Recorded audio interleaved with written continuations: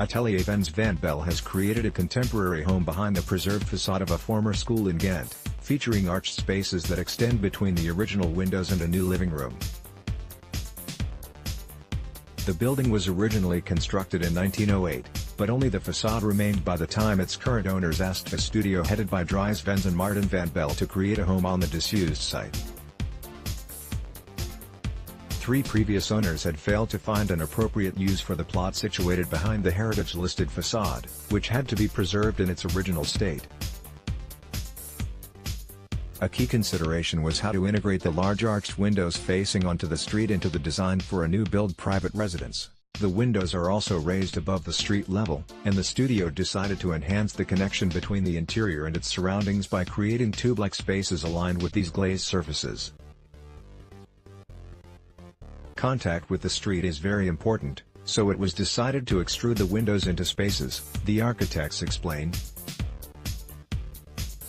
Everything is designed in relationship with the dimensions of the windows, and the gap between the windows.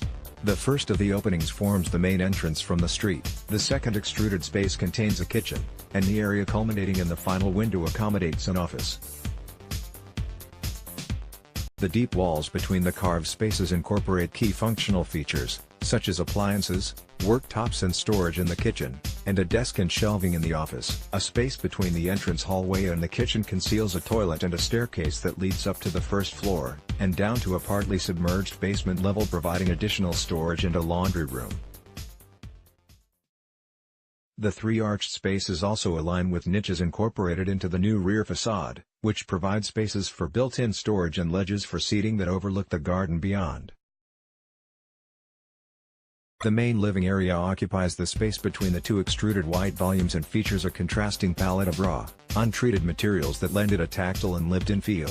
Due to the choice of materials, the building appears to be spontaneous and lived through, while it actually is a completely new construction behind the facade, said the architects. The brick walls, exposed steel beam and timber used for the floors and ceiling create a comfortable and neutral backdrop for the simple furnishings, while brown and white tiles in the entrance hall reference the building's former use. The living space is slightly lower than the height of the kitchen and office due to the change in level from the street. High ceilings and the introduction of a double-height void ensure the rooms feels bright and spacious. The garden at the rear of the building is also slightly lower than the floor of the living room.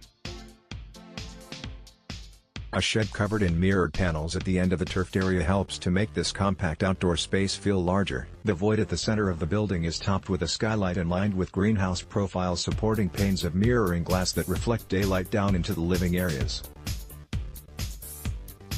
The one-way glass ensures the rooms on the first floor maintain their privacy whilst enabling them to overlook the living space.